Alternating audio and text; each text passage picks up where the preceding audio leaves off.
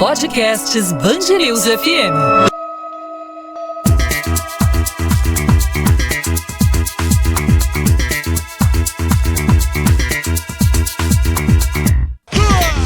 Vamos com tudo, com Felipe Moura Brasil.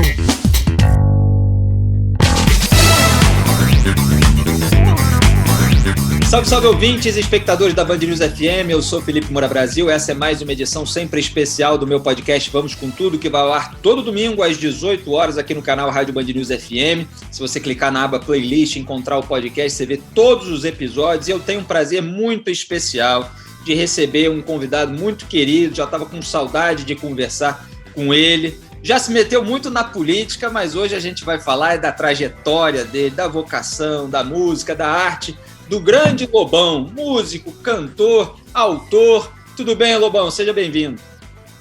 Felipe, que prazer estar de volta aí falando contigo, né? Um tempão que a gente não bota o assunto em dia, então hoje vamos ter assim, assunto para chuchu para botar em dia. Exatamente, Lobão. Você sabe que eu estava pensando em como começar essa entrevista e eu sempre me interesso pelas questões vocacionais. O que eu sempre reparei a seu respeito é que você tem, e eu não digo isso por falar muito, porque eu, por exemplo, profissionalmente, eu tenho que falar muito, mas até na vida social sou mais silencioso, sou mais quieto, mais observador. Mas eu tenho também, o que eu acredito que você tenha, que é uma inquietude no sentido de sempre buscar criar alguma coisa, sempre buscar ter alguma atividade, desvendar um novo território. Você sempre foi assim, desde moleque, de querer criar alguma coisa nova? Sempre eu fui muito ativo, né? Eu sou muito inquieto mesmo, eu estou sempre a fim de procurar coisas que me motivem, sabe? Eu preciso estar motivado, então fico sempre fazendo algum plano, sempre fazendo alguma atividade que eu possa me meter e mergulhar assim, a fundo, né? Então, basicamente, essa é uma característica que eu tenho desde criança. Eu sou obsessivo, então, por exemplo, quando eu comecei a tocar bateria, com 3, 4 anos, marchinha de carnaval, eu ia para as férias, eu não tinha bateria naquela época, meu primo tinha.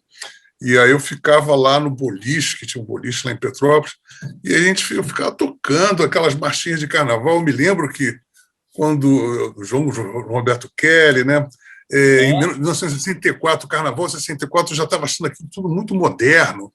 Eu tinha pego o Carnaval de 62, 63, eu pegava, vem cá, você guarda, bota para fora esse moço. Aí ficava tocando 6 horas, o tempo todo, obstinadamente, tocando bateria. João Roberto Kelly, assim. Que, aliás, eu queria entrevistar aqui no podcast, o famoso Kellyzinho, né? Grande autor. O João Roberto Kelly é sensacional. Eu tinha que até arranjar uma música do João Roberto Kelly, já que eu estou gravando músicas da minha formação musical, né? Zequete. O Zequete, eu tive o prazer de conhecer ainda o Zequete nos anos 90, lá num dia do samba daqueles em novembro, né? 2 de dezembro. Comparsa, 2 de dezembro. Comparsa que eu estava do Nelson Sargento, a gente saía junto. E aí eu consegui conhecer ainda Carlos Cachaça, Nelson Sargento. Toquei com o Nelson Cavaquinho, né? Subi ao palco com o Nelson Cavaquinho uma vez. Então, eu sou amante do samba, frequentei tudo isso a vida toda, vi Zequete de perto, ele sempre tirava as damas para dançar lá na um cavaleiro, né? em São Cristóvão, que eu ia toda sexta-feira para assistir ao show do Monarco da Portela. Então, assim, maravilhoso, né? Foi demais. Eu até lamento, Lobão, e te cobro isso, que você não tenha gravado tantos sambas. Eu gostaria de ver mais Lobão com um pezinho no samba. Olha, nesse carnaval, eu já gostei. Olha, eu tô em débito também, claro. Assim, eu queria gravar Cartola. Eu gravei nesse projeto já de samba, eu gravei Benito de Paula, Itália de Cetim, aí fiquei lá já testando meu violão de 7 cordas, né? Tive que desafinar meu violão, botei para baixo, que eu não tenho 7 cordas aqui, estou na quarentena. Então, botei um violão Seresta mesmo, Del Vecchio, em dó, e saí tocando 7 cordas. Estou gravando agora, não é um samba, né? É uma bossa do Toquinho Vinícius, Tarde em Itapuã. E, então, tem umas coisas que eu estou gravando mas não é aquele samba tradicional, né? O samba carioca.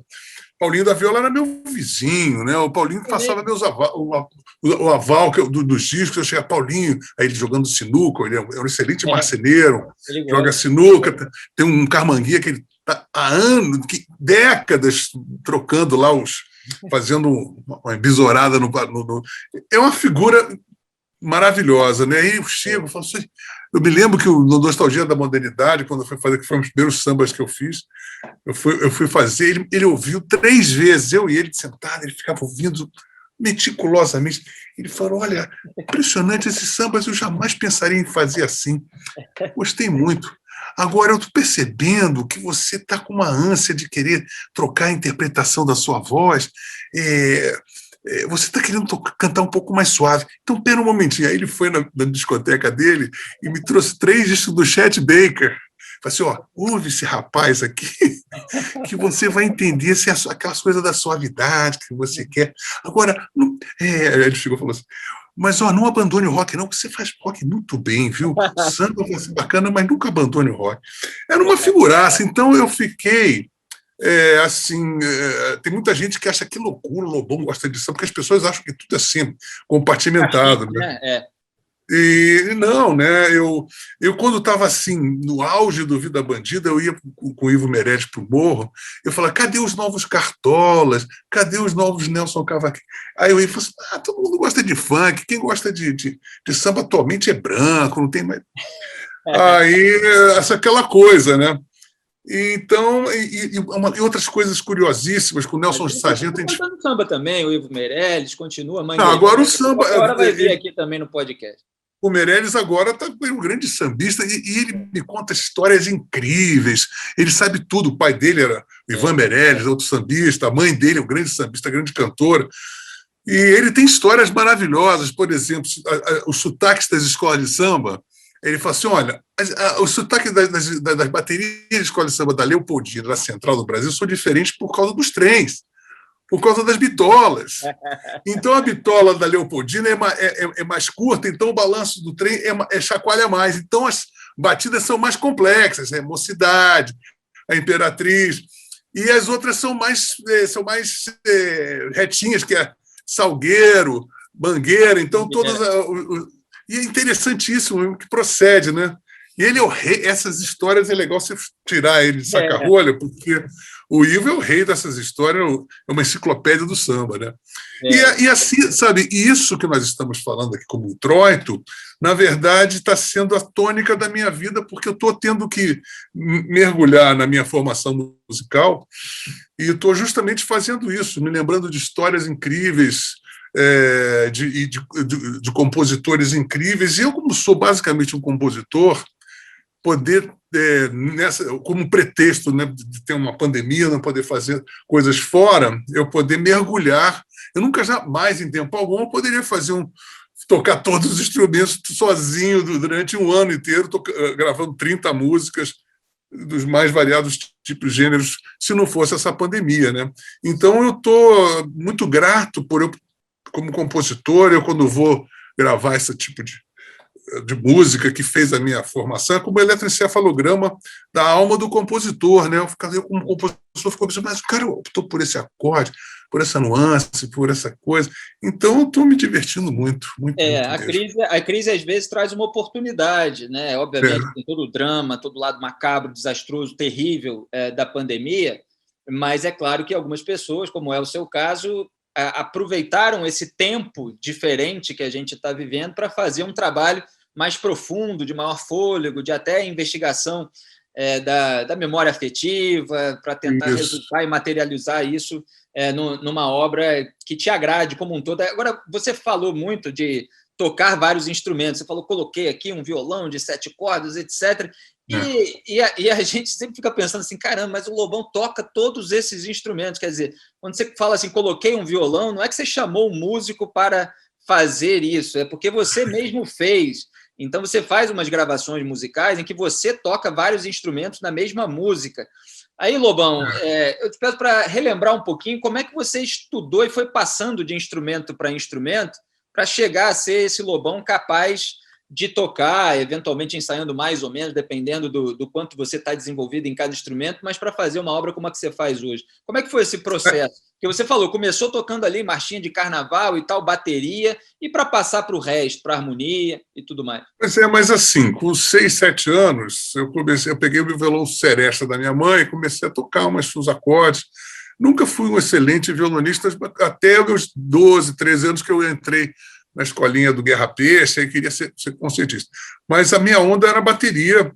Depois eu ganhei a bateria com 7, 8 anos, aí fui tirando, né? Aí fui virando um baterista mirim, né? Aquela coisa de autodidata, mas fui indo. E com 12, 13 anos eu quis tocar violão. Aí comecei a tocar violão clássico.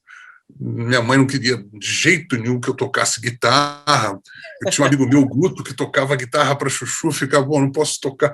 Mas eu tinha uma coisa também... Não, bateria sim, porque bateria faz uma barulheira também tremenda. Mas eu tocava, mas assim, ela deixava, porque eu tocava com ela tocava piano, então toda quarta-feira tinha uma sessão que ela tocava Pepino de Capri, aí tocava Dolores Duran, tocava Tito Mades, Silfarne, essas coisas todas no piano.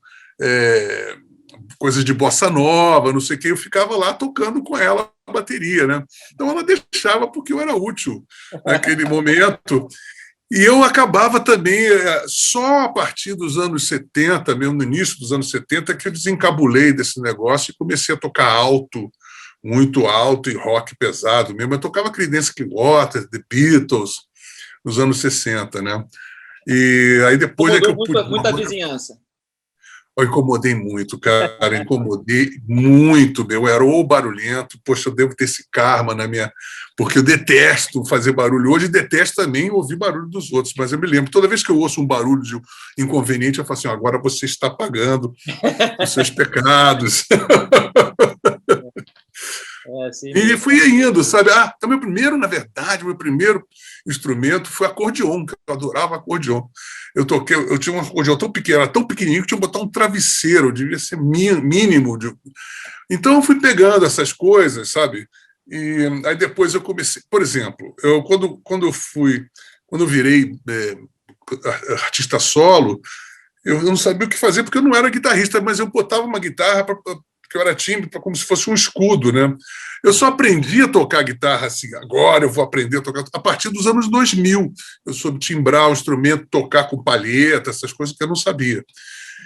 E aí, nesse tempo, já nos anos 2000, eu comecei a mexer em computador e aquela coisa assim, eu não conseguia tirar um som direito, uma frustração dos meus discos, eram todos muito aquém da minha expectativa, decepcionantes. Eu falei, vou ser produtor. Aí, a partir dos anos 2000, aí eu peguei em teclado, comecei a desenvolver técnicas de piano, de órgão, mexi em síntese, em sintetizador. Eu aprendi no Vimana muito, porque o Luiz Paulo, que era o tecladista, me ensinou tudo de mini-moog, síntese de oscilação de voltagem, já tinha umas coisas legais. Então, fui juntando, sabe, esse quebra-cabeça de coisas, comecei a tocar, comprei um baixo. Aí eu troquei um violão espanhol. Eu falei, eu troquei o violão espanhol por um baixo. Era um violão clássico, né, do Sugiyama. Eu falei, bom, eu vou ter que... Comprei um baixo, que até hoje está comigo. Eu comecei a aprender. Aí fui aprendendo. E só agora, em 2014, 2015, é que eu fiz meu primeiro disco tocando todos os instrumentos. Foi o Rigor é Misericórdia. E aí, agora, esse é muito mais extenso, porque são 30 músicas, um álbum triplo, e de músicas de pessoas que de outros músicos, né? Então, tu pegar o Milton Nascimento, pegar o Loborges, pegar o Chico Buarque, pegar o Caetano, sabe? É muito engraçado isso. Melodia, Cassiano. Pegando daí, Lobão, você falou que os seus discos às vezes ficavam aquém das suas próprias expectativas. Isso é por um excesso de autocrítica sua? Ou não é nem excesso, eventualmente autocrítica positiva, no sentido do artista querer sempre se aprimorar? Ou é também algum tipo de concessão que era preciso fazer à gravadora, a outras pessoas e tal, e isso também te estimulou para um caminho mais independente? Eram essas coisas somadas? Como é que é? Sabe o que eu acho? É uma mistura de tudo isso. Na verdade, é o seguinte: todo mundo fala quando você tem que entender que naquela época os estúdios, não, os estúdios eram excelentes. Estúdios com mesa nível, assim, JBL, todos os melhores equipamentos, em qualquer lugar do estúdio do mundo você teria. Isso da RCA, Polygram, são multinacionais. O problema era a concepção. Por exemplo, rock, você toca com amplificador a válvula. Eu me lembro quando eu cheguei lá, o cara tinha uma tremenda mesa transistorizada, mas pode ligar na mesa, aí o som ficava um som de arame. Não é adequado para aquilo. No RCA era a Casa do Samba, ele já tinha uma bateria pré-microfonada para qualquer baterista chegar lá. Não, eu cheguei com a minha bateria, não, chega, deixa a tua bateria aí. Era toda cheia de silver tape em cima, para ficar lá bem moca, que é um som de samba mesmo. Mas não tem nada a ver com o som de rock. Então, fora o corte do material de impressão, o vinil era tudo muito vagabundo, os cassetes. No final e fora a concepção dos caras que nos contratavam, que eles achavam que o rock brasileiro era uma nova Jovem Guarda. E todos esses diretores de gravador eram oriundos da Jovem Guarda. Os nossos eram do The Fevers, era o Miguel Propst, que era o saxofonista, o outro era não sei o que, Jackson, do Columbia, todos, Golden Boys, todos eram diretores. Então todo mundo viu naqueles irreverentes, a Blitz, não sei o quê. A Blitz foi uma tentativa mais... os Titãs do Iê, se lembra? O início era tudo uma tentativa de fazer uma coisa frufru, inofensiva e uma nova Jovem Guarda. Então os timbres, as gravações... Aí você fazia... Eu me lembro que a gente chegava no estúdio, tinha um sonzão todo, aí no dia seguinte você já ia ver o produto manufaturado, ele vinha com um som diferente. Eu não entendia por quê.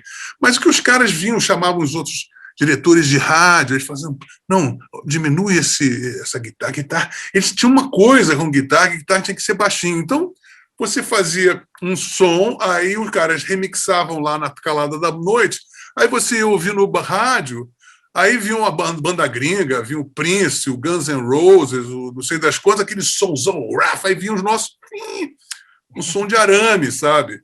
E aí, eu que era um cara que adorava disco, comprava, eu pensava assim, é mágico, como é que isso nasceu da onde? Eu ficava dando trato essa bola. Quando eu fazia meus próprios discos, minha decepção era enorme, mas não era só eu, todos nós, porque o material da indústria brasileira e a concepção, porque os discos de música popular brasileira eram relativamente muito bem gravados, sabe? Tinha mãe, mas assim, nosso era carregação, era coisa pop, muito embora tenhamos salvado toda a indústria brasileira e elevado para um patamar de grande indústria, o nosso estilo era muito tratado no chulé, assim mesmo. Agora, as suas músicas que são mais famosas, que atravessaram qualquer bolha de amantes do rock, Me Chama, Vida Bandida, Rádio Blá, Decadência avec Elegância, Vida Louca Vida, Corações Psicodélicos, todo esse repertório, você gosta de todas essas músicas, de ter feito elas, ainda gosta de cantar todas elas, e sempre tem aquele desafio também, né, de show, de você cantar músicas novas que muita gente não conhece, às vezes mesclar com músicas que todo mundo já conhece. Como é que você lida assim, com essa necessidade constante de renovação e com aquele seu repertório mais famoso? Eu gosto muito do meu repertório, graças a Deus, exceto por Revanche. Eu não gosto de tocar Revanche, eu fico entediado. Eu acho chata. E é uma música que eu meio que extirpei do meu repertório. Fora essa, eu adoro tocar todas. Mas como eu sou compositor, a minha grande satisfação é fazer coisa nova, né? Então, já tive muitos problemas, assim. Algumas turnês eu falo assim, não, eu vou tocar todas inéditas, assim. Nostalgia da modernidade, não tinha uma música velha, sabe? De certa forma, eu tive muitos problemas com isso. Mas, por um outro lado, esse meu incômodo, ele me ajudou muito a me reinventar como compositor. Por exemplo, a minha melhor fase como compositor verdadeiro começa fora dos anos 80, começa com Nostalgia da Modernidade, com A Queda, com músicas desse tipo. Depois vem o Noite, depois vem A Vida é Doce, vem o Canções da Noite Escura, que são discos nitidamente de um compositor maduro, adulto. Isso não querendo desfazer do meu repertório anterior, que era, para mim, incipiente, era como se eu estivesse no ensaio, porque a minha vida era um turbilhão, era muito improviso, eu não considerava nada, porque eu era um baterista. E eu tinha um ódio de ser cantor, detestava ser cantor. Eu queria ser baterista, que meu sonho era ter uma banda, como eu fiz a Blitz. Aí tem um cantor, eu fazia música, eu ficava lá nos meus tambores.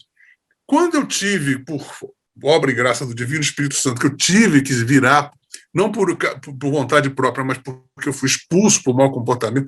Não, no caso da Blitz eu não fui expulso por mau comportamento, eu fui expulso do Ronaldo por mau comportamento. Da Blitz eu saí porque eu não queria rasgar o meu cenário de cinema, né? Uma história comprida. Mas, assim, por eu não poder ter entrado na Blitz, continuado na Blitz, eu virei um artista solo, mas muito frustrado por deixar de ser baterista. Porque eu não era barro nem tijolo, eu não era guitarrista, eu nunca fui front singer, eu era super tímido, ficar lá na frente sem fazer nada, não sabia tocar, não sabia nem afinar uma guitarra.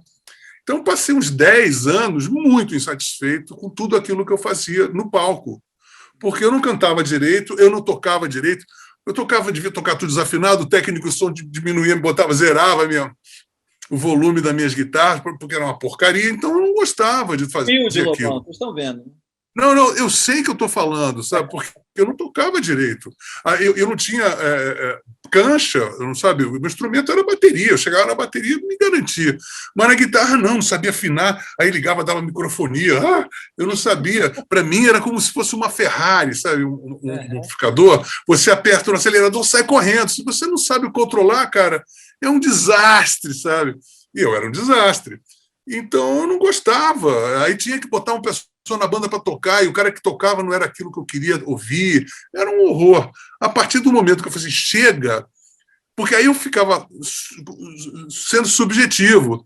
Aí, como eu adorava violão clássico, eu tive um acidente, ao invés de estudar guitarra, nos primeiros anos dos anos 90, passei 5 anos, de 91 a 95, tocando violão clássico, tocando 18 horas de violão clássico. Sabe? Aí eu falei, mas o que eu vou fazer com isso, na verdade? Aí eu falei, aí no final dos anos 90, já no início dos anos 2000, eu falei assim, olha, pega aquela tua obsessão por violão e tenta aprender guitarra, lê o manual, como ligar, voltagem, 220, coisas básicas.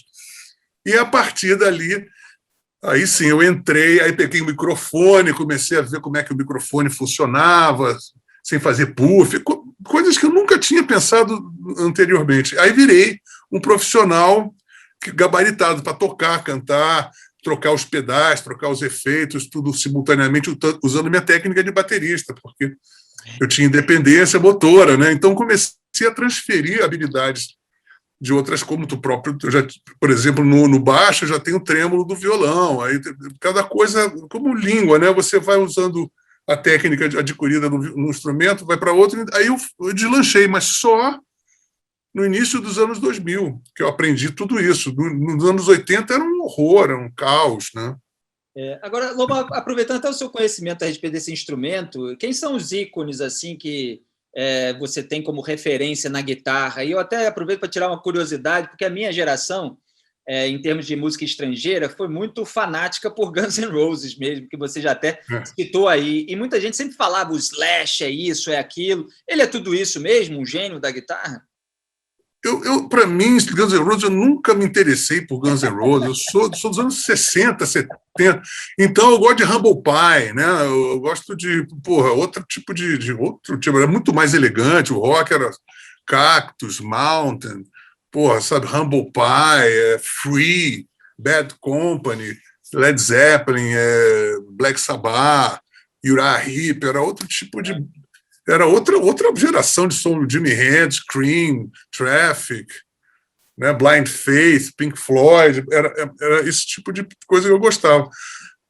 Já, para você entender, já nos anos 70, o punk, para mim, já era uma coisa muito nova, entendeu? Eu nunca fui...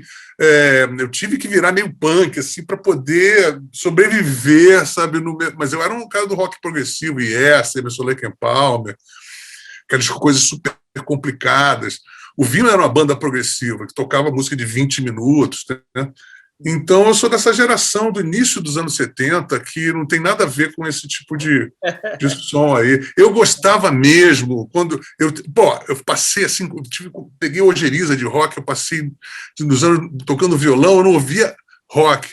Até que, indo para uma aula de violão, eu estava num táxi, eu vi uma banda, falei, cara, esse som aí era o Soundgarden, Black Hole Sun. Eu falei, cara, essa banda é boa pra caramba. Aí eu vi Alice in Chains, gostava do Alice in Chains e do Soundgarden, mas assim, muito distante, sabe? Só ouvia samba, o choro, o Vila Lobos. Então, esse ato assim, dos anos 80, de guitarra, eu não tenho o menor registro. Agora, Lobão, a gente falou da sua autocrítica, agora você também é muito crítico, né? É claro que sim. O pessoal ali de rede social que acompanha suas críticas políticas, mas tem o Lobão crítico do próprio rock como um todo, talvez até por você ter estudado tantas frentes musicais assim e ter conteúdo para debater em vários temas dentro da música.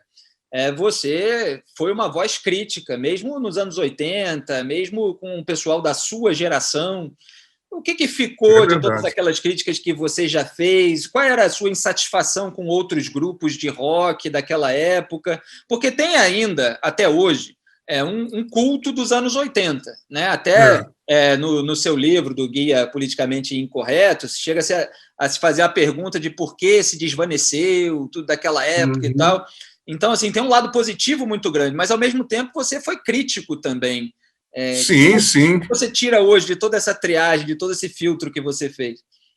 Olha, você falou, eu sou autocrítico, e eu sou muito crítico comigo, sou muito severo comigo, a ponto de perceber uma coisa, eu só melhoro porque eu sou muito crítico comigo.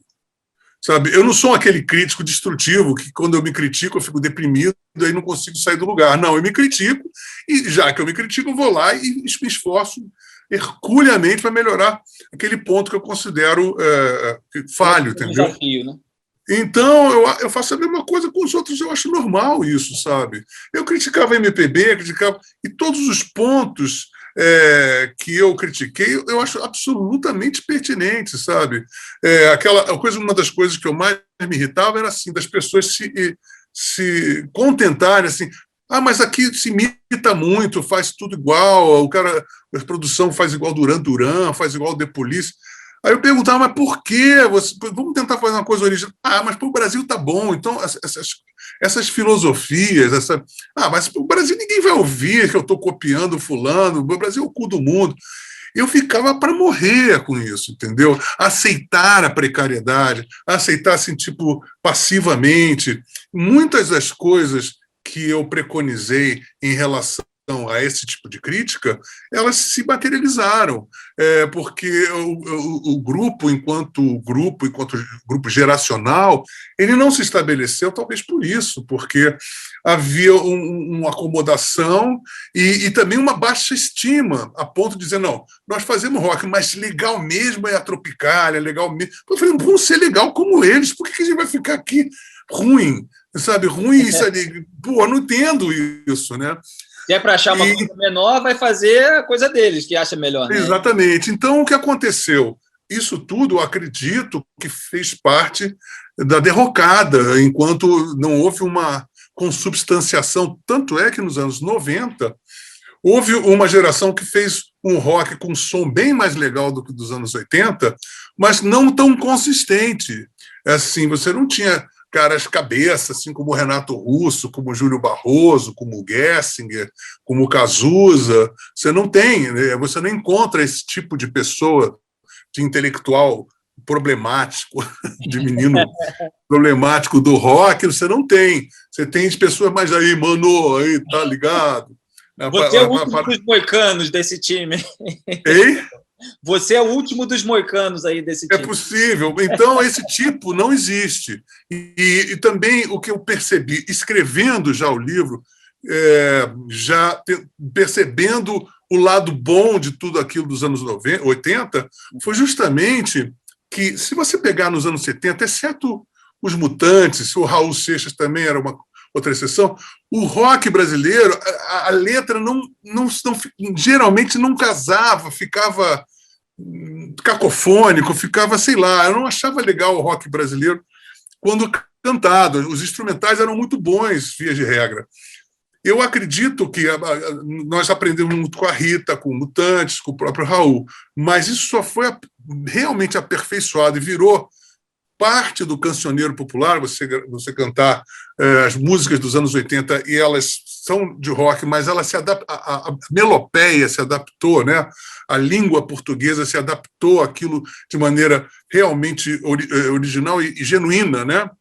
Foi nos anos 80. Por isso que nós já temos 30, 40 anos dos anos 80 e pessoas jovens que não viveram a época, todo mundo ouve Renato Russo, quer ouvir o Roberto Gessinger, quer ouvir o Paralamas, quer ouvir Titãs, Ira, etc., etc., etc., porque essas músicas se tornaram parte imorredora do cancioneiro popular brasileiro. Do cancioneiro popular brasileiro, ele se osmotizou, isso meio que a contragosto de muitas cabeças aí culturalistas que sempre consideraram o rock como uma coisa de colonização cultural, como um estilo de alienação, etc., etc., né? Então, mas existe essa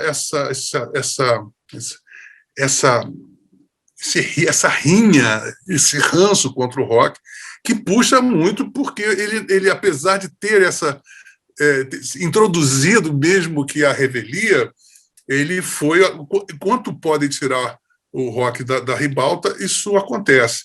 E também eu acho que o mais responsável do que qualquer outro é o grupo que fez parte produtiva do rock, que não conseguiu se estabelecer por não conseguir se unir, ter uma agenda de conceito, uma agenda estratégica de ataque unificada, dizer, olha, isso acontece, perceber como é um coronelato a música brasileira e que tem uma suspensão inteligente, sabe? Saber atacar, saber fazer o jogo ali, etc. Ninguém foi muito ingênuo, né? Ou muito acomodados por outro ponto. Mas o que acontece é que é um fenômeno, porque mesmo assim nós temos aí um turbilhão de músicas de sucesso que estão aí totalmente no DNA do imaginário brasileiro. Você falou de letra, falou de Renato Russo, e eu sempre me vem à cabeça Eduardo e Mônica, Faroeste Caboclo, músicas com letras grandes que são verdadeiras crônicas, ou de uma história de amor, ou uma crônica de país mesmo. Faroeste Caboclo envolve briga, tráfico, amor também, vida bandida, né, de certa forma, e são letras assim diferentes do padrão também, mais longas, músicas mais longas. Você tem músicas que você gosta muito por causa da letra, ou um tipo assim de música que te interessa, ou você tem sempre um viés mais musical assim na hora de curtir, de usufruir a música como um todo? Não, por exemplo, tem músicas que marcaram pela letra, olha que letra legal, que tem uma interessante. Indubitavelmente, porém, mas Eduardo e Mônica, o Faroeste Caboclo, são músicas que é aquela música que você ouve e fala assim, como é que esse cara desenvolveu esse tema com essa naturalidade, com essa prosódia, etc. e tal. É óbvio que o que chama ali não é o acorde, não é o instrumental, muito pelo contrário, porque, por exemplo, eu considero o Legião uma banda sofrível, assim, em termos, eu gostava do Renato Puta cantor, mas a banda, hein? Esse é o lado crítico do Lobão. Mas assim, eu não achava uma banda assim, espetacular, mas ela soava legal, assim, aquele embrólio todo, tinha um voz possante, a interpretação pujante do Renato, as letras espetaculares, tinham músicas muito legais também, melodias, refrões potentes, né? Então, acho que sim, tem músicas que pegam a gente pela letra. E, por exemplo, é engraçado que eu me lembro agora dessa coisa que você falou, minha mãe sempre dizia assim, é engraçado sobre o Chico Buarque, o Chico tem uma capacidade melódica incrível, mas quando ele quer fazer música de protesto, aí ele falando sobre construção, aí ele faz uma coisa bem monótona para poder realçar a letra, essa coisa de coroa, assim. Porra, né? A música Deus lhe pague, mas tem uma razão. Você realmente tem uma hora que você tem músicas que você percebe que é a letra. E tem engraçado, eu vejo muito engraçado quando eu percebo, quando eu estou ouvindo uma música, quando a letra veio antes da melodia, né? Por exemplo, Vida Bandida, é óbvio que a letra veio antes e o cara encaixou ali. Fui eu que fui encaixando, repetindo, fazendo shoppings de frase, né, para imitar tamborim, a cara do cara, porque a letra veio antes, né? E tem outras que tem aquelas métrica perfeita, que provavelmente, geralmente, é quando a melodia vem antes e o cara vai lá escandir, respeitar a métrica da melodia, né? Então tem esses dois tipos de música, né, onde a letra vem primeiro e a melodia vem primeiro. Você sabe que eu perguntei para você sobre essa questão de crítica, não é para estimular você a falar mal dos outros, mas é porque eu tenho uma lembrança, eu estava nos pilotis da Pontifícia Universidade Católica, PUC do Rio de Janeiro, e você estava participando de um debate nos pilotis, não sei se você vai lembrar disso. Me lembro, sim, era a época da rádio comunitária. Pois é. E aí eu vi um momento que me marcou, uma cena que a gente lembra assim como um flash, que é você se referindo a um roqueiro da sua geração, eu nem vou dizer aqui quem é, porque vai me faltar todo o contexto, mas você falou, eu acho esse cara um verme, e você fez uma eu imagino que pesada a ele e tal, e era nessa coisa, ou de copiar os outros, ou de não assumir o que fazia, ou de repetir e tal. Você foi um crítico mesmo, assim, que eu acho que, de certa forma, também, obviamente, filtrando os excessos aqui e ali que fazem parte de um debate mais acirrado, pode ter estimulado também a produção, né, Lobão? Sim, eu acredito que é pertinente. Eu fui muito duro com muita gente, muito severo, como eu sou comigo, então eu tenho isso. Mas eu acho que quando eu fui escrever o livro e pensei que o livro é uma coisa mais perene, uma coisa que vai talvez me sobreviver, eu fui escrevendo, detonando, até o capítulo número 8. Aí eu me lembrei, quando eu comecei a pensar assim, eu vou ter que ouvir as músicas. Até então eu não tinha ouvido uma música sequer, eu estava só pegando a memória, né? Aí eu pensei assim, eu me lembrei quando pegou o Cazuza, eu me lembrei que eu falei assim, Cazuza, a gente é parceiro, mas eu já tenho maior dor de ouvir as nossas composições quando eu tenho que gravar, porque para mim eu ficava deprimidíssimo o resultado final. Mas ainda sou músico, ainda tem alguma ingerência sobre aquilo. Você que não é porra nenhuma de músico, então você está proibido de me mostrar qualquer música de parceria comigo, que eu não quero ouvir isso nunca, e nunca ouvi. E aí foi a hora em que eu ouvi, eu falei, tem que ouvir, cara, ouvi mal nenhum, nunca ouvi o Cazuza cantando mal nenhum. Aí quando eu vi, fiquei emocionadíssimo. Aí quando eu fiquei muito emocionado, eu fui ouvindo todas as coisas do Cazuza, eu falei assim, peraí, eu não posso ficar só no Cazuza, vou ter que ouvir a Blitz, vou ter que ouvir o Rich. Aí parei tudo e comecei a ouvir tudo. Eu falei, eu não posso ouvir só meus amigos, tem que ouvir meus inimigos também. E aí fui me emocionando, e fui flagrando coisas que na época eu achava um pouco mal ouvir, só por má vontade, que era uma vontade minha, não, tinha coisas de valor ali. Legal. E ali eu joguei todos o livro fora e comecei a escrever o livro todo outra vez, entendeu? Baseado, eu falei assim, não, eu preciso... fígado, né, Lobão? Depois... exatamente, eu falei, não, há virtudes, há valores incríveis, diga-se de passagem. E para mim isso fez um bem incrível ter feito isso também, né? Porque eu me tornei muito mais claro e eu não usei a crítica para ser um cara rançoso, eu usei a crítica exatamente no estrito senso lato da questão de poder melhorar a coisa através de uma coisa honesta, entendeu? E poder também ter amor pelos meus adversários é uma coisa importante, né?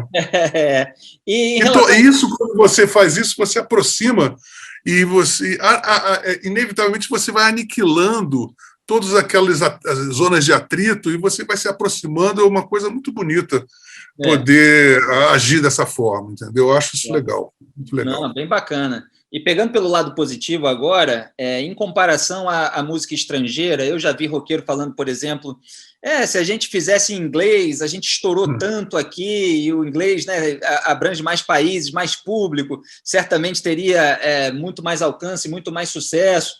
Você nota, às vezes, talvez um complexo de vira-lata brasileiro, no sentido de você, como músico, que conhece a música internacional também, tem momentos que você para assim e você fala, a gente faz um rock aqui muito melhor do que esse aí que está tocando, muito melhor do que aquela banda ali, quer dizer, tem essa percepção de que tem muita coisa que vem lá de fora, como um grande projeto de marketing também, mas que você e a sua geração fizeram coisas melhores do que muita coisa famosa aí no exterior? Eu não sei, sabe, Felipe? Eu acho o seguinte, eu acho que eu criei coisas, eu falo de mim porque é mais fácil, que são muito diferenciadas, porque eu também procurei isso, entendeu? Aí eu misturar o samba, na época era um sacrilégio. Eu ia para o Canecão e falei, pô, rock é puro. Eu levei lata no Rock in Rio naquela época, porque os roqueiros, não, porque eu ia botar a bateria da Mangueira. Virou um japazão, porque a partir daquele momento, na década seguinte, até o Sepultura fez, Chico Sainz fez, a Cássia Eller fez, todo mundo foi fazendo, graças a Raimundos, graças a Deus. Planet Hemp, mas até então era um tabu, né? Era um tabu e parecia que aquelas duas tribos eram irreconciliáveis, né? Tanto o rock quanto...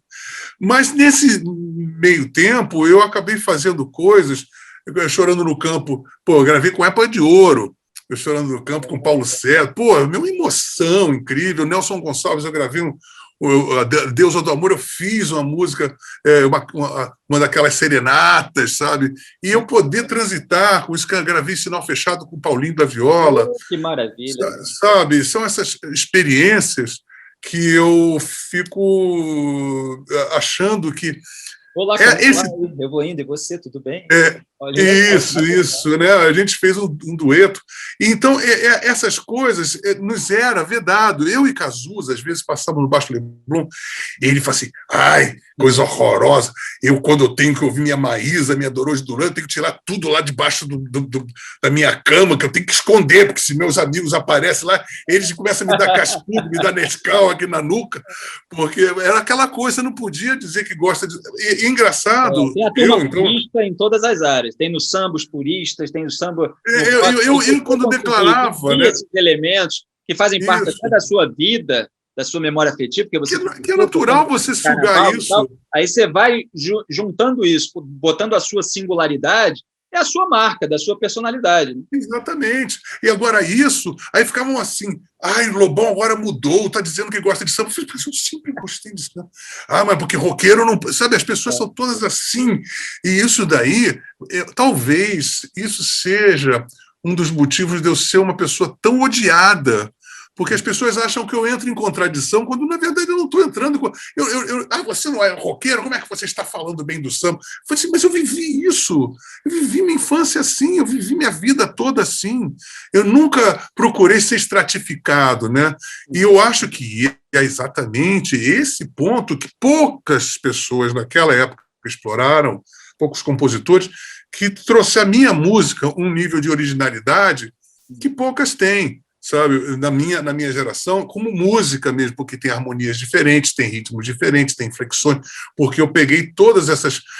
Eu me lembro, cara, por exemplo, Por Tudo Que For, e depois a luz se apagou. Eu me lembro de uma música do Miltinho, aí a lâmpada apagou, uma música do Miltinho, que é um baterista. E aí eu falei para o Benavides, eu queria falar, e aí, a lâmpada apagou. Ele falou, não, a lâmpada apagou não, aí botou a luz e se apagou. Mas está entendendo? Esses glimpses que a gente tem, de repente eu peguei uma coisa, Gerações da Noite, a música que eu peguei da Dolores Duran, sabe? Então eu tenho a Maísa, Elza Soares, Elza Soares eu gravei com ela, fiz música com ela. E essas coisas eu sempre fiz. Agora, sempre causei espécie. As pessoas, mas o cara está assim, agora o cara não é mais Lobo Mal, agora ele virou Lobinho, porque agora está tocando bossa nova. Eu vi o Lobão tocando com o banquinho e violão, agora não é mais roqueiro. Você está entendendo? É muito jeca, é muito provinciano, às vezes, esses preconceitos da inteligência brasileira, né? Exato, isso acontece muito no debate público. Você vê, você transfere do essa tentativa de estereotipar. A política é a mesma coisa, em todo, é uma mentalidade, né? Uma coisa endêmica do brasileiro, que a gente está falando eventualmente sobre música, poderíamos estar falando sobre qualquer outra área. O binarismo, o maniqueísmo, né? Ou você é isso ou você é aquilo, quer dizer, você não pode transitar em vários territórios, pegar o que você acha bom de cada um, imprimir a sua marca, a sua trajetória, criar uma singularidade. Vários artistas fizeram isso em vários gêneros diferentes e transgredindo o gênero muitas vezes, né? Quem só se alimenta do seu nicho específico acaba desidratado, né? Acaba você vira um acadêmico, né? Você vira dentro dos trilhos. A arte, ela é um desafio, ela é coragem, ela é transgressão. Por que ela é transgressão? Porque a arte, ela requer ousadia. Ousadia para você ter coragem do quê? Para você pular a cerca, você fazer uma experiência insólita. Porque senão você vai continuar repetindo padrões, né? Então as pessoas meio que não pensam. Se o Cartola, por exemplo, não ouvisse muita música clássica que tocava na rádio na época dele, que ele ouvia, mesmo sendo, né, considerado um semi-analfabeto e tal, talvez ele não produzisse grandes joias raras do samba, porque aquilo o Nelson, ele vivia naquele universo melódico e ele imprimiu a marca dele ali. Né? Altamente sofisticado. E o Nelson Sargento, eu perguntei, a gente passou nos anos 90 muito juntos. A gente fazia palestras juntos. E eu me lembro que... Tinha muito show dele, andei do lado dele. Nelson é uma figura, pintor também, maravilhoso. Aí a gente foi fazer uma palestra no Bennett, que eu me lembro, e aí um cara perguntou para o Nelson: puxa, vocês têm uma prosódia muito sofisticada, você, o Nelson Cavaquinho, o Cartola, um vocabulário rebuscado. De onde vocês tiraram isso? Líamos muito Reinações de Narizinho. Monteiro Lobato. Monteiro Lobato, exatamente. Eles liam Monteiro Lobato, mas liam Monteiro Lobato o infantil. Sim, que Minotauro, 12 Trabalhos de Hércules, citou um monte, Gramática de Emília, e é o que eles tinham em mãos. Então, e você vê a mistura insólita de onde veio As Rosas não Falam, As Rosas Exalam. Aí você vai pensar, ele estava lendo a Emília, né? A Gramática de Emília, que vai saber, né? E esse que é miraculoso no Brasil, a gente poder ter, se valer dessas fontes, né? E não ficar com essa coisa estratificada. E aí a gente percebe que ocorre em todos os níveis em que as pessoas querem que você fique naquele corrimão, siga aquele trilho assim, e não saia, porque senão as pessoas... o cara, que isso? Que loucura! Sabe? Todo mundo se espanta o tempo todo com você. Eu fico de saco cheio, sabe? Porque é um saco, porque eu passo o tempo todo transgredindo, né? Claro. Então, coisas que são naturais para a gente, para as pessoas são um absurdo, é uma coisa... Então, isso para mim é uma coisa que me enche muita paciência, sabe, Felipe? É bom ter uma casca para isso e enfrentar não. Pessoal que eu não estou nem aí, eu continuo, né? Mas... Tudo que um artista não quer ser é um estereótipo, né? Não, mas eu fico, sabe o que eu acho? Quando eu fico chateado, não por mim pessoalmente, não. Eu fico chateado porque esta mentalidade é que torna o Brasil essa coisa estanque, sabe? Porque eu estou aí, eu continuo produzindo. Mas essa coisa me causa irritação porque eu sinto que esse é o DNA do pântano, sabe? O pantanão, atoleiro, de que você não sai do lugar, porque essa mentalidade, ela está dentro dela, ela tem uma baixa estima, tem uma acomodação, tem uma bitolação, tem uma mediocridade, tem todo um rosário de defeitos gravíssimos que transformam a nossa história, vamos dizer assim, num atoleiro existencial, cultural, e a gente não consegue sair do lugar, né? E outra coisa que eu comecei a perceber nos estilos que eu gosto mesmo da música brasileira, talvez por esses ingredientes, você vê, por exemplo, o choro. O choro agora está tendo um boom, né? Mas de uma forma ou de outra, eu me lembro tocando choro, eu ia para Niterói tocar, eu tocava com uma dupla, Baraná, mas assim, tinha uma coisa de não pode melhorar. Então, assim, você não tinha como ter novos compositores, João Pernambuco, era aquela coisa toda. Por quê? Porque aí o choro vira uma língua morta. Porque aí você parece, quando inevitável você começar a tocar no show, você parece que você está no Largo do Boticário, aquela sobradinho, né? Só falta fazer a seré. E isso ocorre com o choro, ocorre com a bossa nova, porque parece que é uma sacralização, em vez de você desafiar os seus ídolos, desafiar os seus heróis, você se torna um capacho deles. Então você vê, originalmente, geralmente, são os transgressores, porque são os transgressores os elementos e criaram aquele caminho. Não, por isso que eu quis desafiar o Caetano, quis desafiar todos os meus heróis e desafiei. Agora você vê a geração nova de, entre aspas, MPB, são todos caetanoides, tudo meio cabelinho assim, enrolar, aí quer fazer um som meio esquisitinho, aí faz as coisas, nada é voluptuoso, porque não tem transgressão, porque transformaram uma coisa que era transgressora numa espécie de academicismo. Né? Então, a Tropicália, que naquela época ventou para os quatro cantos, agora virou uma coisa ortodoxa. Então, quando você chega, você é um cara de 17, 18 anos, vai começar a compor e se comporta preservando as expectativas daqueles transgressores, você está simplesmente se tornando acadêmico. Né? Então, você está a um passo da língua morta. O que aconteceu com a Bossa Nova, o que está acontecendo com a nova MPB, que transforma a Tropicália numa coisa também rumo ao choro, rumo à bossa nova, etc, etc. E assim parece que se sucede toda a digestão cultural brasileira.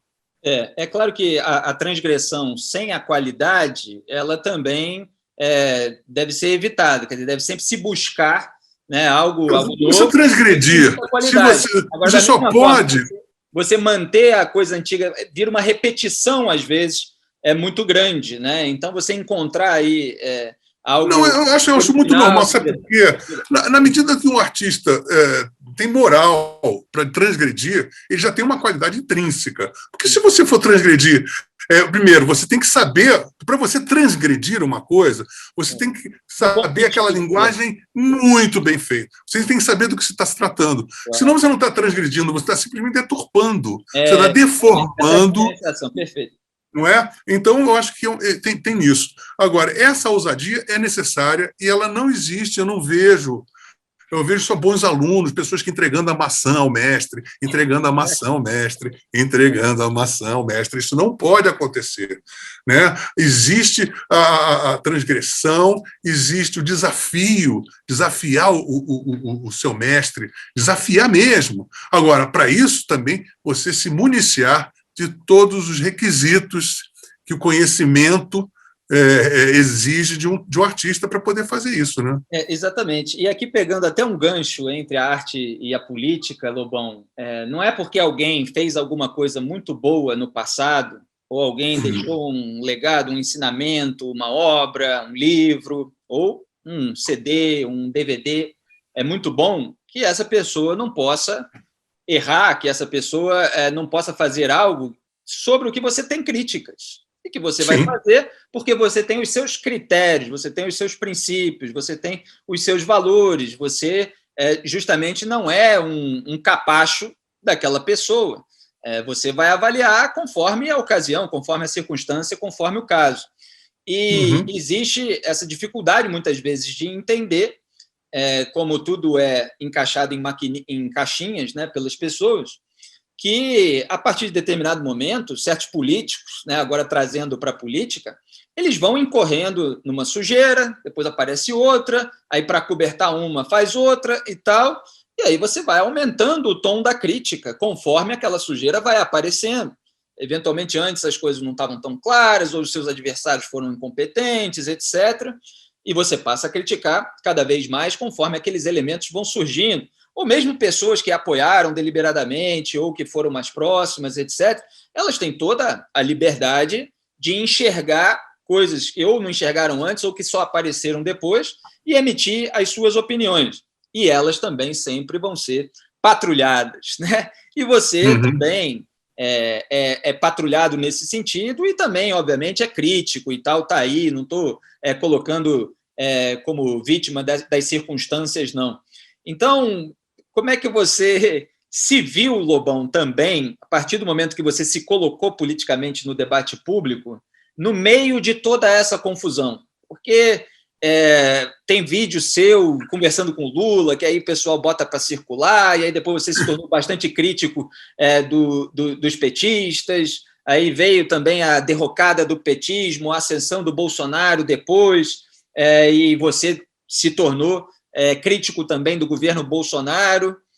Como é que você enxerga hoje tudo isso que aconteceu nos últimos anos? Com muita naturalidade, Felipe, mesmo porque o vídeo que foi postado foi justamente para renovar, porque eu nunca fui PT.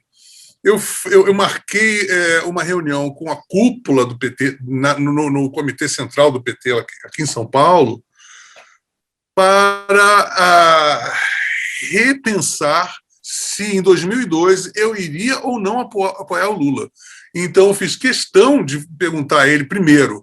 Eu falei assim, olha, a minha primeira premissa de apoiá-lo é fator educação. Eu tinha, recente, naquele momento, visto como é que o fenômeno da Coreia do Sul, em 10 anos, exportando cientistas, eu comecei a citar esse exemplo. Falei, olha, eu só vou apoiar a sua candidatura, Lula, se você fizer uma revolução na educação brasileira. Eu acho que isso é fundamental. Mas, assim, de cientistas, sabe? Por exemplo, eu nunca tive na escola uma educação musical. Eu aprendi a música na aula de moral e cívica, que é uma porcaria, sabe? Então, assim, você vai. No outro dia eu vi um retrato do Kurt Cobain, garotinho, tocando uma puta Ludwig no high school, assim, por um estúdio enorme. Daqui você nunca tem isso. Então, assim, eu estou falando laboratórios para cientista, pesquisa. Aí eu falei assim, então, não, companheiro, imagina, você está falando em 10 anos, em 6 meses você vai ver a diferença. Eu falei, ele finge então, até hoje que fez, né? Ele finge até hoje que revolucionou tudo. O Brasil está aí nos últimos lugares do PISA, dos exames internacionais, mas ele finge. Exatamente. Então, assim, eu quando fui apoiar o Lula, reapoiar, porque eu tinha apoiado em 89, por causa do Collor, né? Porque eu passei 11 anos indexado na Globo por crime eleitoral, nunca. Inclusive, encontrei uma candidata no PT, depois, que foi a única petista que falou, no Belém do Pará, falou assim, Lobão, o PT tem uma dívida impagável com você. Você foi a pessoa que mais se expôs para defender o PT, que eu conheço e que todos nós do PT conhecemos. Eu falei, muito obrigado. Você foi a concordo com aquela camisa? Não foi? Um crime eleitoral, parecia um tarado, que eu botei os bolos. Foi um crime eleitoral, né? O Faustão depois me falou assim, cara, eu ia sair do ar a emissora. O Roberto Marinho telefonou para o meu pai, falou, vai sair da emissora do ar, eu não quero mais ser o filho da minha emissora nem do lado do Paul McCartney. Foi uma coisa muito grave que aconteceu. Mas aí, eu depois vi o negócio da numeração de CDs, a Tânia Soares, que era do PCdoB, não me engano, que era muito amigo do Edevaldinho, que era lá do Alagoas, que era assim com o Lula. E aí eu voltei, por intermédio disso, por causa da numeração do CD, a me relacionar com o PT. Mas, ao mesmo tempo que eu estava com o PT, eu fui para o MST. O Plínio de Arruda Sampaio me chamou, eu fui libertar uns caras numa prisão, lá fui rezar Pai Nosso, fui com os padres. Eu entrei no MST e adorei a vivência. Eu ia para a colônia de férias, recebia cestas do MST com vinho, tudo fabricado por eles. Conheço um monte de gente lá que são meus amigos. Para você ter uma ideia, eu encontrei 2 caras que eu conheço do MST no aeroporto, já na oposição, tá entendendo? E a gente se abraçou, fomos muito queridos, sabe? E eu fiquei muito aliviado, falei, porra, eles foram super civilizados nesse sentido, sabe? Sabemos que nós estávamos em outra seara de política, mas somos amigos, né? O que deveria acontecer. Então, isso eu penso assim, eu fui lá justamente para cobrar e falei assim, olha, eu vou ser o primeiro a cair em cima se você não fizer isso. Eu avisei ele, né? Então, aí o cara, você estava aí. Eu falei assim, claro que eu estava aí.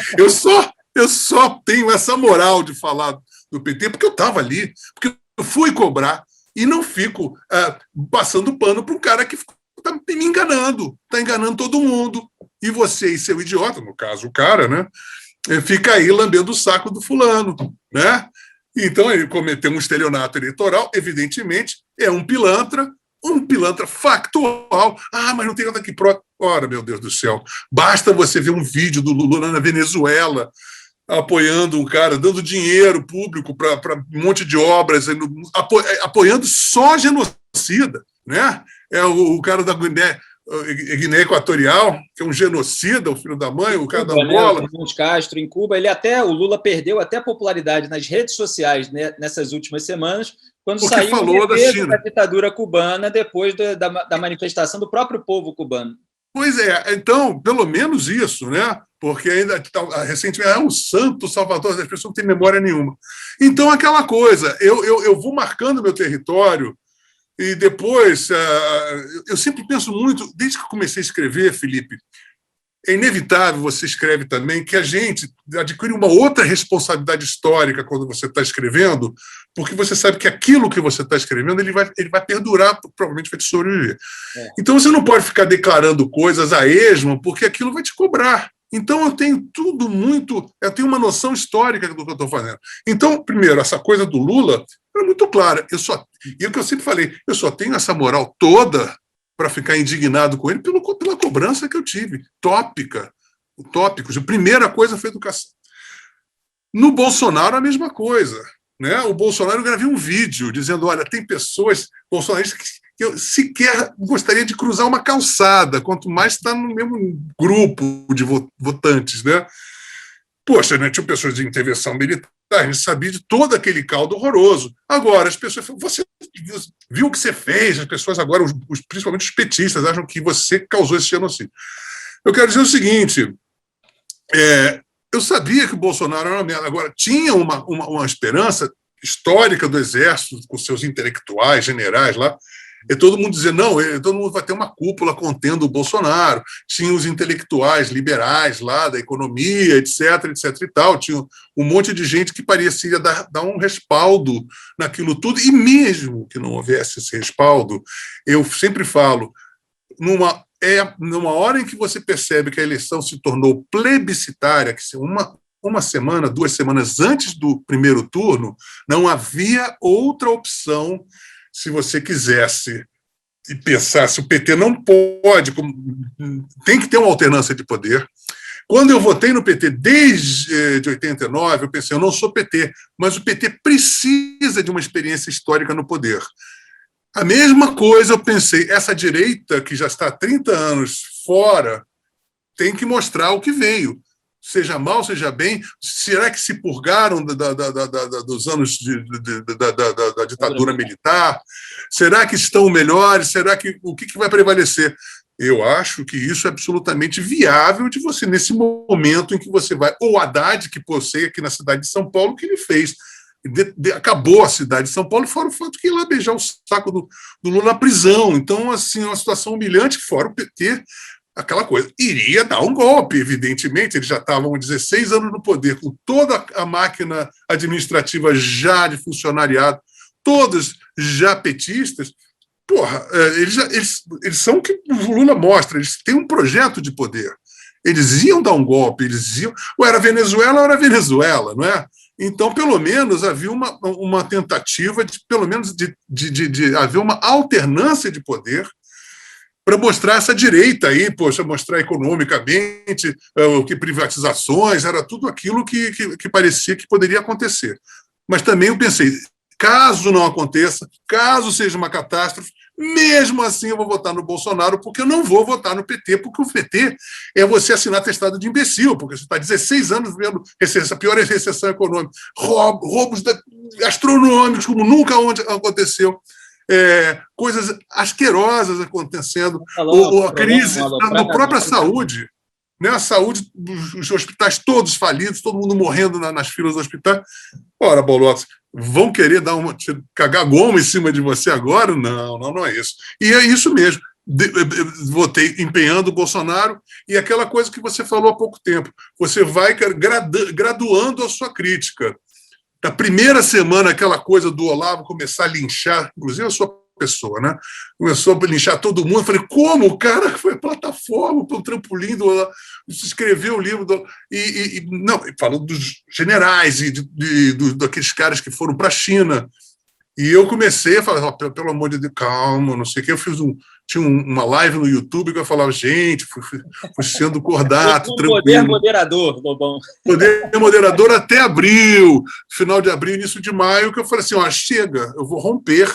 Aí teve um cara que era do Vem Pra Rua, que virou meio que porta-voz, o arauto lá veio me telefonar, eu estava no interior de São Paulo fazendo show, o cara veio e falou, olha, o Bolsonaro quer falar com ele, eu quero que ele se foda, eu não quero mais saber, não quero mais, o tempo dele acabou, agora eu vou atirar e vou querer derrubar ele de tudo. Eu fui o primeiro a pedir o impeachment do Bolsonaro.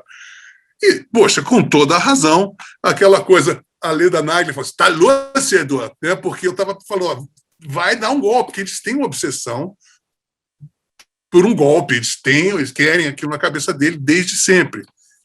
Então, eu acho isso, preponderou, Felipe, dentro deste caldo todo, cheio de colorações do bolsonarismo, preponderou o que é pior, os intervencionistas, os olavistas, essa coisa terraplanista, essa coisa retrógrada do que é de mais medíocre na direita brasileira.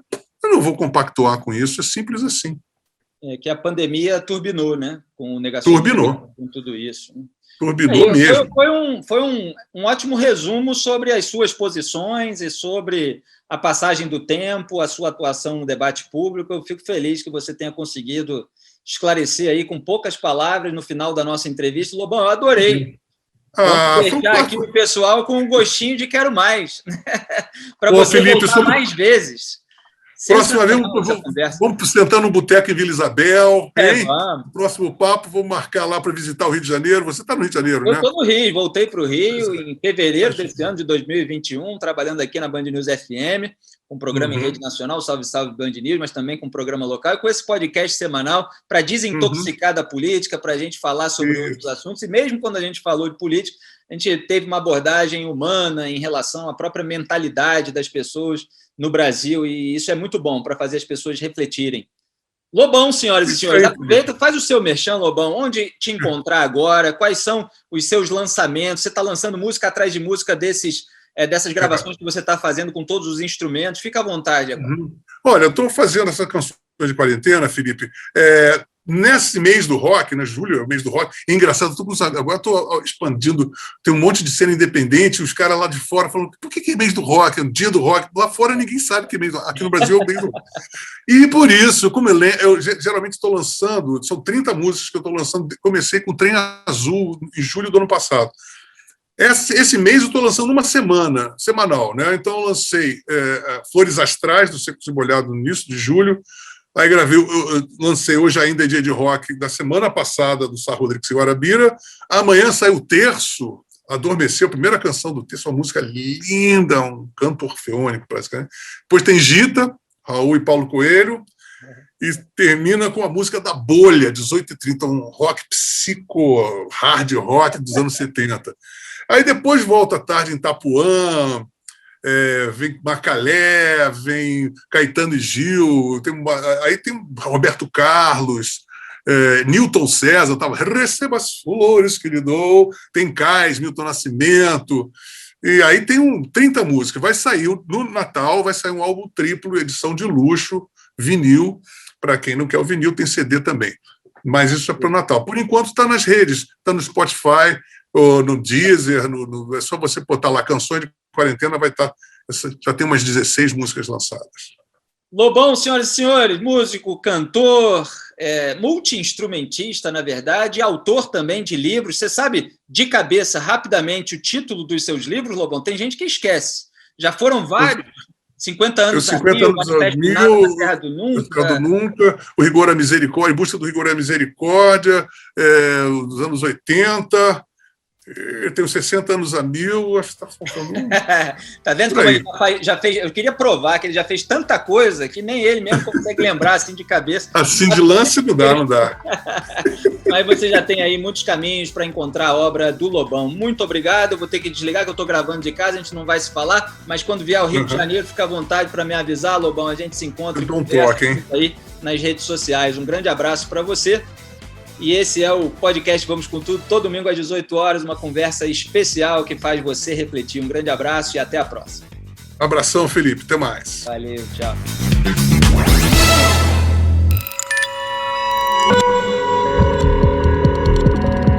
Podcasts Band News FM.